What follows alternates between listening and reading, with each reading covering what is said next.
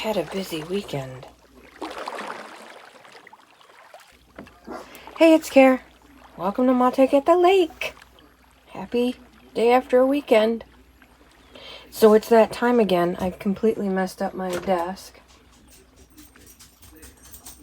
And I have baskets and baskets and baskets filled with projects to make videos for you, but no space to do it. Again. Do you see a pattern here? I sure do. Anyway, we get to catch up and hang out, and I always do so much better when someone's here to supervise. So thank you for taking some time. I had some fun with paints, and at the bottom of the stack somewhere are the fruits of that particular labor. So these all need to go back in my paint drawer. I have some things I want to share with you because that's what we do here. Some of the things I did this weekend included tearing up gutted book covers. So I've already taken out all the pages and whatnot, and this weekend I made a project that used the covers, but I pulled these spines off, and they're so cool. My first thought was to somehow arrange them on something and have like a faux bookshelf, you know, maybe a wall. Maybe that's what I'll do, is I'll put them all together as I get more, put them all together on a flat surface and then hang them or put them on a shelf so it looks like a faux bookshelf. Book art in a different way perhaps. But if you've used these shells of spines in something cool, I'd love to know what you use them for. And if you have any ideas, please do share, because right now I only have these 3, but I'm sure I'll have more. What should I do with them? Let me know in the comments below. Speaking of comments below, you'll notice a new little additive somewhere in each of the videos, and it's a reminder to hit the like button. With memberships and Patreon and thank yous and all these different things, buy me a cup of coffee, PayPal me, all these ways that people are making money on YouTube, it's difficult to tell. Remember, subscribing is always free. It costs nothing to hit that subscribe button. If you watch the videos a lot, if you don't watch the videos often, don't hit subscribe, because that actually hurts the channel. For people who are subscribed and don't watch, it's detrimental to the channel. But if you have people that you like, and I'm not just talking about me, I'm talking about all over YouTube, whether it's junk journaling or true crime or Dollar Tree hauls or whatever it is that you watch a lot on YouTube, the best way that you can support your favorite channel, if you watch a lot, subscribe. Whether the channel is large or small, about 60% of the people who watch aren't actually subscribed. So your favorite YouTuber that has 1 million subscribers probably has 3 million viewers, right? Or smaller channels, if they have 1,000 subscribers, they probably have 3,000 to 4,000 viewers who haven't actually just hit that subscribe button. So if you're here a lot, please subscribe. If not, not a big deal. And remember, subscription is always free. The other thing, the best way that you can support your favorite channels is to like them. That tells YouTube that it's likable, that it's good content, that it's shareable, that it's promotable. Again, that costs nothing but a few seconds of your time to just click that like button. Huge difference for your favorite YouTube channels. I was just doing some random research, and I've seen videos that have 6,000 views and 500 likes. And it's not a sucky video, it's just that people don't know that liking a video is so important to that all-important algorithm that we YouTubers have to live by. So take a minute. The best way you can support your favorite YouTubers without money, Costs nothing but a couple seconds of your time is to like and subscribe. Share it too. If you have other friends who do the same thing, if you have true crime friends, pass that true crime video on. If you have junk journal crafty friends, pass these videos on to other people just by hitting the share button. Little arrow that says share. Super easy. You can do it by message. You can put it on your Facebook. You can put it on your Instagram. You can email it to somebody. I mean, they make it so easy. Just click and share. Again, a free way to support your favorite YouTubers who are working diligently to bring you fine, free content. Speaking of fine and free content, I found a phone book somewhere in my travels, and I was just going to use it as a brayer cleaner for my gel plate printing. But then I started looking, and it's just filled with pictures, and I wanted to show you. I harvested it. I went through and I got all my favorite pictures for my various themes and all the projects I have going on. There were so many pictures. And just quick, like, I want to run through them with you to show you. Look how beautiful. But gorgeous, simple pictures. I don't understand this at all. This to me looks like a gin bottle or an alcohol bottle of some sort. Hammer and nail, I get it. Small donations make a big difference. Support disaster relief, so doctors, medical care. Alcohol? Maybe it's just my mind, but what is that? You're going to buy me gin? Fantastic, because it was disastrous. But now that I've got something good to drink, I feel better. That's all I can think of. What am I missing? What am I missing? Beautiful swans. My mom loves swans. Beautiful maps. There's all kinds of maps. This is a snowmobile trail map that you don't find very often. Fall. What a fantastic view of a tree. Change your perspective.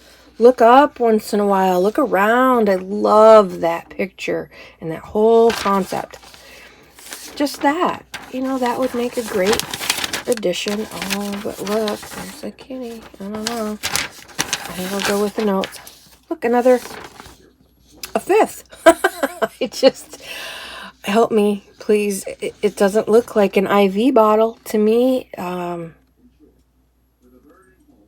Looks like a fifth. The other one looked like a pint.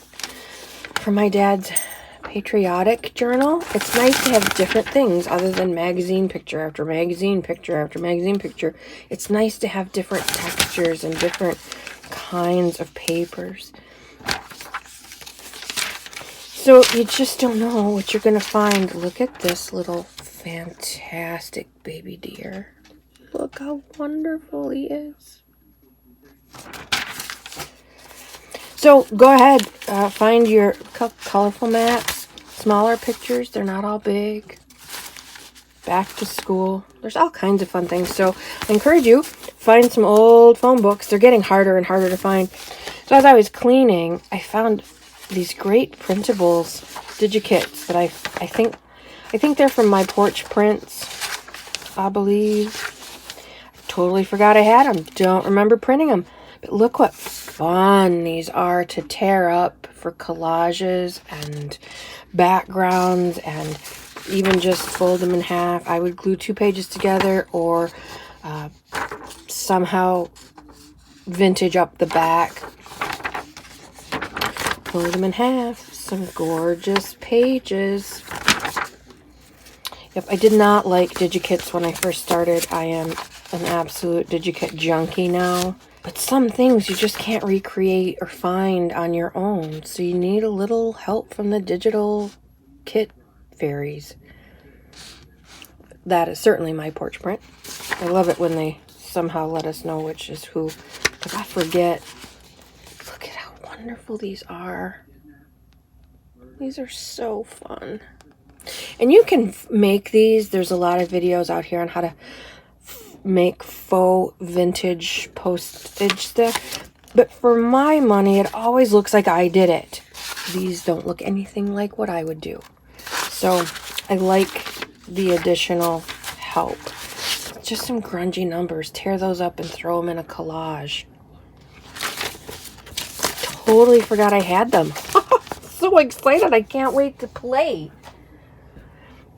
These I remember doing, but I lost them for a while. I may have even shown them to you, I'm not sure. This was jelly plate printing on Avery labels. I printed some of my favorite digital kits. I love the color of these vintage labels. I made them really big on purpose so that each of them now has a little bit of everything in it. I just think they're fun to add to a collage, just a random piece of something yummy and colorful, yet vintage. This can go both ways, colorful and bright or vintage. Great kit. This was not MyPorchPrints. If I can, I'll put the link below if I can remember who did it. It's in my Etsy account. That's the beauty of Etsy, is it keeps everything for you and go back and find it. This is another digital kit. I can't remember who did this either, but these vintage, beautiful, grungy papers. And when you take just a little bit of it out, oh, just so yummy. What a great addition to a collage page, a page that you're doing in those colors, or a water theme, or no, there's just 1,000,001 uses. And yeah, these are old labels, so they're not very sticky. Just run them over your Scotch glue stick. Everything can be stuck down with some good glue. I have to put that in my to-do today because it's not going to stick. I keep pulling them off and then putting them back on with washi tape. I didn't remember owning one of these, but my mom 20 years ago or better bought me everything to do embossing stuff, to make cards and to do scrapbook pages way back when we did it. Still works like a dream. I never used it, so it's brand new, except it's 25 years old. But now I have one to dry those messy pages and play with. I was organizing my 12 by 12 papers a little bit better than I had them, and I found this. Again, I'm sure it was a gift from my mom. A whole $1, so it's old.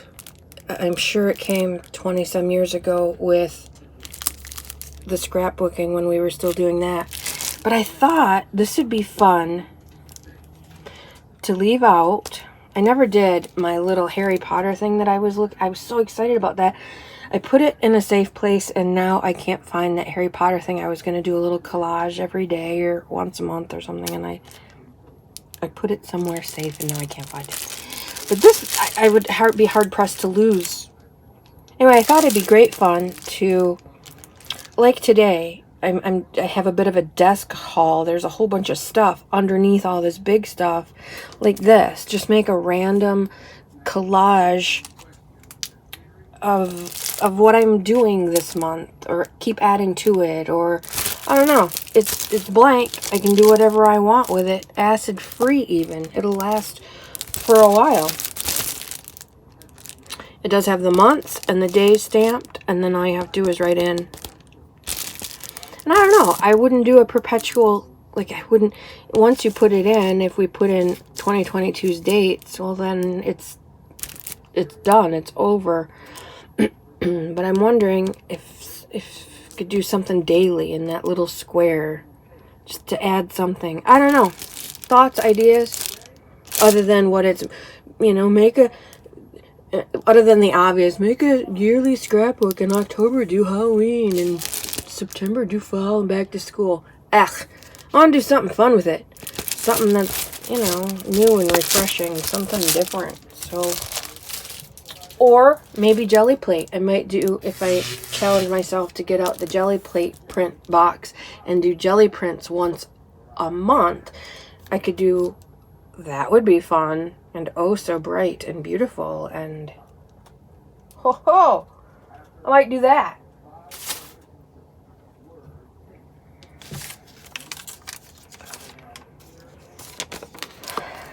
I was doing some magazine harvesting, and I found so many fantastic images for various projects that I'm working on, and I had them scattered all over the kitchen table.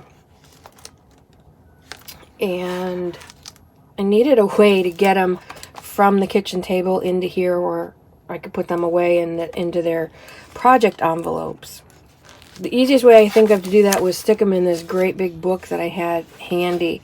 I went on a scavenger hunt specifically looking for things to make. Cat Hand has a video out about making tape, making washi tape. And in a lot of her videos, she'll put a strip of something on her collages and she goes, oh, it looks like washi tape, but it's just from a magazine. And I thought that was brilliant. So I sat down with those magazines that I just put over there, and I looked specifically for patterns that would look like a piece of washi tape. And I found some. This is all from the cover of a catalog. But then I started finding, different things. Just text blocks would be kind of cool. I found a lot of water because it was an Up North magazine, one of the things I was tearing up. And then just plain color. You can doodle on it with your Posca pens to make interesting. So I just harvested faux washi tape.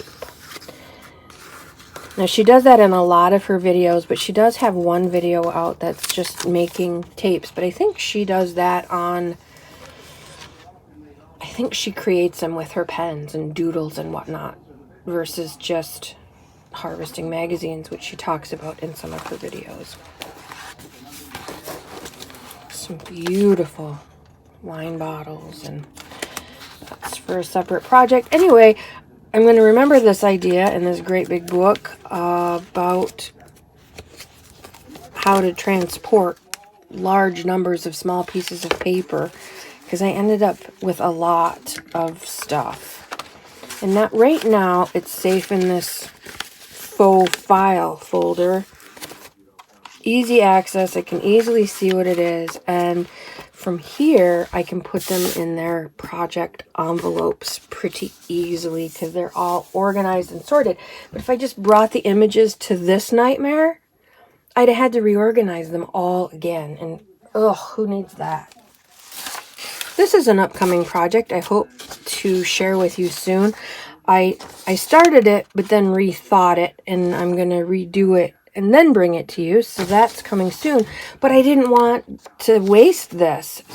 SeptemberWindsStudio, she has these rainbow watercolory, they're great fun, little tabs or whatever. And I have a project in mind that I really want to do ASAP, and I started it, like I said, and then I thought, I thought of a better way to do it. But all these can be, you can stamp a word or write a word. You could just stamp over it randomly and use whatever comes up. This is not stickers. This is just copy paper. So I said I got out some paints. Here, they're still here because I have to get to the drawer in order to put them away. And that's another whole day. But I did these.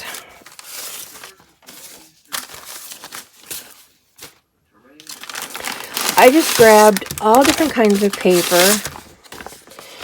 This is a magazine page.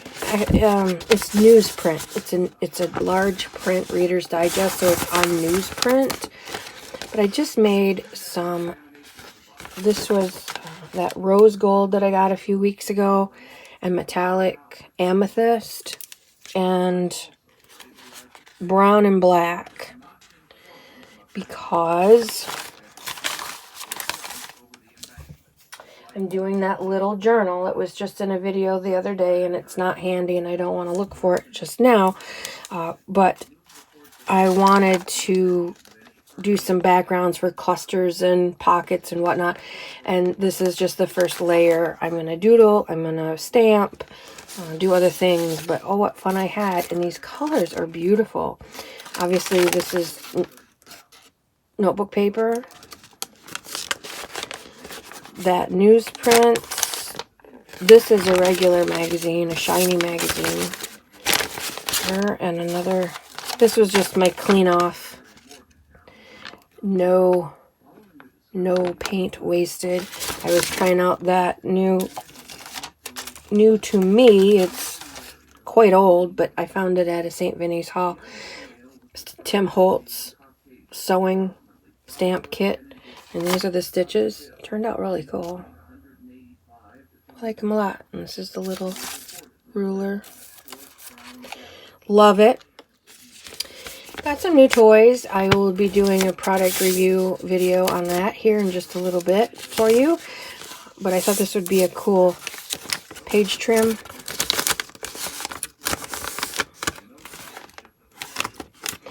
We were just talking about faux washi tape. This would make great faux washi tape cut into strips. All kinds of fun can be had with these, and it's just that more of that newsprint from a Reader's Digest large print magazine. I found some more silver tissue paper at Dollar General. Just all silver pages, no white, just all silver. $1. Super cool buy. Love it, love it. Love silver. Got a Posca pen. First Posca pen ever. I can tell you, it's 1,000% better than the junk I bought at Walmart. $4, $2, worth every penny. Don't waste your time. Again, I'm kind of late to the party. I'm late to a lot of these parties, but this was, I couldn't wait to play, and I had these, because I was cutting up those magazines, I had these pieces lying about, and I just love, no wonder they're so popular, these Posca pens. Different, just because, look at, there's desk, we could see desk almost. These, I was demonstrating all my different tearing ruler. Dollar Tree, took a Dremel to them, made patterns so that when you tear against them, they're all different. To put into my junk journal jargon video, which is now available on Patreon. I don't know if you caught it the other day or if it's even been posted yet. Plus a whole bunch of different smaller bonuses, videos, printables, Junk Journal University. Those are all on my Patreon. Because I don't have a website yet, and because I have not figured out, on one hand, I haven't figured out MailChimp, I think it's called, to do a newsletter. Like so many people, get my newsletters, I can send you my freebies. They're collecting your email address, which is a good practice for online business people. You have to get people's email address, because if YouTube shuts down tomorrow, their 50 million subscribers go with them. But if you've got a base of email addresses, well, then at least you have that to pick up the pieces with and reconnect with those people. So on one hand, it's a really good idea. On the other hand, personally, I don't like email. I have way too much of it. It's overwhelming. Every time I open my inbox, even to go in for something I'm looking for, is painful. So I don't do it. I ignore it. I ignore my email. So I don't even get the freebies that I signed up for, because I don't want to open my overfilled email boxes. And so to start a newsletter where I'm adding to that for people, here's more crap in your email box, even though it's good crap, even though it's freebies and stuff you might want, I don't want to junk up your email box. So I'm putting my freebies, at least for now, on Patreon. You don't have to be a patron, meaning sign up and give money. You can just go get the free stuff. There's several. There's a color-coded supply list for newbies. There's letters from the junk journal maker, letters about glue books, and letters about altered books. Those are freebies. You don't have to be a patron to get them. They're just free. So go there, get your letters, and then you can make with them what you will. Use them as is, or do what I did, take the best of it and then make it your own. All up to you. Do what you want to do. Leanne brought me this coupon from an insert of her newspaper, I think it was. Like those coupon inserts that we get thousands of. And it just seemed shady to me. Send me a giant grab bag of used U.S. stamps enclosed $1. This was recently. This was this year. So that I'll throw $1 in and see what happens. And lo and behold, I got stamps. I got, as promised, 200 stamps. It comes, you know, of course it comes with strings attached. They also sent me these beautiful stamps for my perusal. This was a postcard, and then various packets of stamps. And this was about $6 worth. If I wanted to keep all these, I just had to send them a check for $6. I got 200 for $1. These few for $6. So I bundled them all up nicely in the postage paid envelope that they sent and said, thank you, no, I'm all done. But now I'm on their mailing list, so they're going to be sending me shite all the time, which is okay, because we like postage stamps. So I'm going to get images, you know, on the stuff that they send. In fact, I just got this. That's a huge stamp. But it's, again, I'm on their mailing list now, so they're going to send me crap. I enclosed a letter here that said thank you for the beautiful stamps. Unless you're planning to randomly send more free stuff, remove me from your mailing list. Kindly. So hopefully they'll do that and I won't get any more junk from them. $1 for 200 stamps is not bad at all. You can get a bag full of stamps. I don't know how many on eBay, but it's $6, sometimes plus shipping. So now you're at $10 for the same. You know, that's a pretty good deal if you don't mind the junk mail. I was surprised it worked. I thought they would just keep my $1. Say thank you. And I sent cash. You're not supposed to do that, but I did. I sent cash. Fun with my Posca pen. This was another paint. I was just slapping paint on pages because you could see the text through, and oh, that's just so much fun. More possible washi tape, right? Could be washi tape. So you gotta keep that. Do you really do I need to keep little tiny stuff? For now, I'll keep it. Yes, indeed. I try a lot of the things that I see happening. For example, I watched Natasha at Treasure Books make faux rice paper and immediately decided that was a good idea. I stamped some wrap. This is just tissue paper that you get at the Dollar Tree for wrapping gifts or stuffing in gift bags. I just randomly stamped it with the biggest stamp I have. Just stamped it. And then proceeded to water down some Mod Podge as she suggested. I did not use the coffee because I wanted to keep it bright. So I just used plain water and Mod Podge. Pretty watery. And I couldn't remember what she said she put it on. And I didn't feel like looking up the video and going back. And so I just thought, well, I'll try it on all different things and see what works best and go from there. So this is regular tissue paper on deli paper that we get from Gordon Food Service. Deli paper, we use a lot of that. And I saved this fun bit for us, because I like to do the satisfying bits on camera, because one of the best parts is removing it. Let me get one that's gonna actually work well. This is a napkin that I found at a St. Vinny's haul. This is parchment paper. Dollar Tree parchment paper. Put Mod Podge down, lay your napkin on it, or your tissue paper, or your pattern material from sewing patterns, that super light tissue. Lay that down in the wet Mod Podge. Mod Podge over it. Let it dry. I'm sorry, last step. Once you get all your Mod Podge all over the place, lift your edges with your brush a little bit to make it easier to get off the page. And then, ooh, this is the best part. I saved this for you.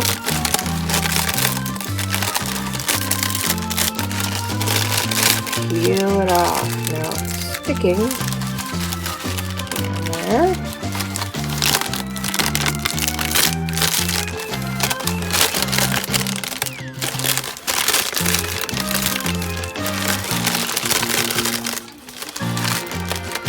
kind of sticking in some of the creases of the... Oh, this was supposed to be just super satisfying. Pull it off. It's kind of irritating. And this took a while, let me just say. My take at the lake, I like to say things that people aren't saying. She did a fabulous video. I love, love, love her video.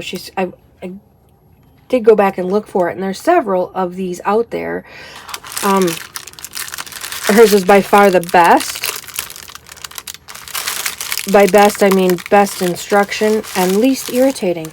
So, if you're wanting to know how to make rice paper, look for a Treasure Books version. Alright, I've had enough. I can't. I don't have the... Alright. There you go. But look it. So, even though it didn't work, that still works for collage. Oh, look, now it'll just come right off the whole thing into a collage. I'm not going to fight with it. I'm not... Sorry about all the paper noise. Although, I know some of you love it, some of you hate it. It didn't work well, but it came off, and it's, you know, that would make it, it's almost like peeling paint. It's pretty cool. It'll work very nicely in collage, and I have a good half piece that will be just fine. Or, again, if I wanted to go for the rip-torn look or the peeling paint look.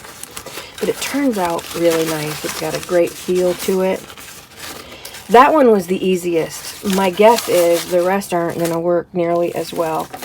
Or they might. This one's a Walmart bag. Oh, look at there. Walmart bag. Easy peasy. I know what Natasha used. She used cereal bag. The waxed paper liners that of cereal. That was just a Walmart bag that I held it up and I cut off the handles, and I went to the bottom and I gathered up the bottom and I cut that off, and then I cut up the center to make just a flat piece. And then Mod Podge, and then this is just tissue paper that I threw alcohol inks on. Very nice. It looks, it's pretty transparent. It's very cool. It's got a nice feel to it. That was easy. I would do that again for sure. Wax paper, not so much. Although I thought that would be the best. I thought that would be the easiest. This one is another Walmart bag, so they should go pretty easy.